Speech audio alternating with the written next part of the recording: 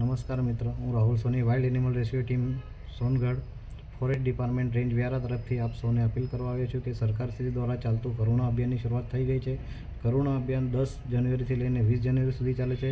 એ દરમિયાન આપને થોડીક કાળજી લેવી છે કે આપ ચાઇનીઝ દોરાનો ઉપયોગ ના કરો. બને ત્યાં સુધી જો કોઈ ચાઇનીઝ દોરા યુઝ કરતો હોય તેને સમજાવો, ન સમજે તો અમે જે સ્ક્રીન પર નંબર આપી રહ્યા છે એના પર કોલ કરો, અમે એને સમજાવીશું. અને આ દરમિયાન મકર સંક્રાંતિમાં જો તમે પતંગ ઉડાવશો તો સવારે 7 વાગ્યાથી લઈને 9 વાગ્યા સુધી સવારના પતંગ ઉડાવવાનું ટાળો, કારણ કે એ ટાઈમ જે હોય છે એ પક્ષીઓને બહાર નીકળવાનો ટાઈમ હોય છે.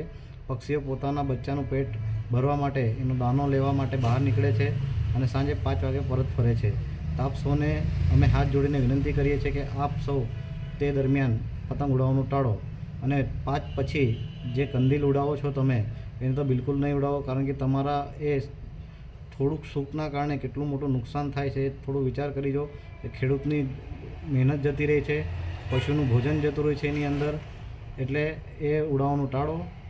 અને જો તમને કોઈ પક્ષી ઘાયલ દેખાય તો અમારી જે ટીમના નંબરો આપે છે નીચે એના પર કોલ કરો, અમે તાત્કાલિક દોરને ત્યાં પહોંચીને પક્ષીઓને સારવાર કરીશું. ઉકઈ, સોનગઢ, વ્યારા અને વાળોડ 3 જગ્યાના તમને નંબર આપવામાં આવે છે. એમાં એક ટોલ ફ્રી નંબર પણ છે, આપ એનો ઉપયોગ કરી શકો છો.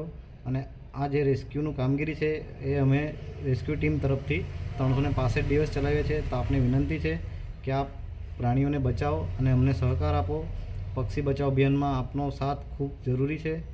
મને ખબર છે આપ સૌ સહકાર આપશો અને ખૂબ સારી રીતે કામગીરીને આગળ વધાવશો. આપ સૌને હેપી મકર સંક્રાંતિ.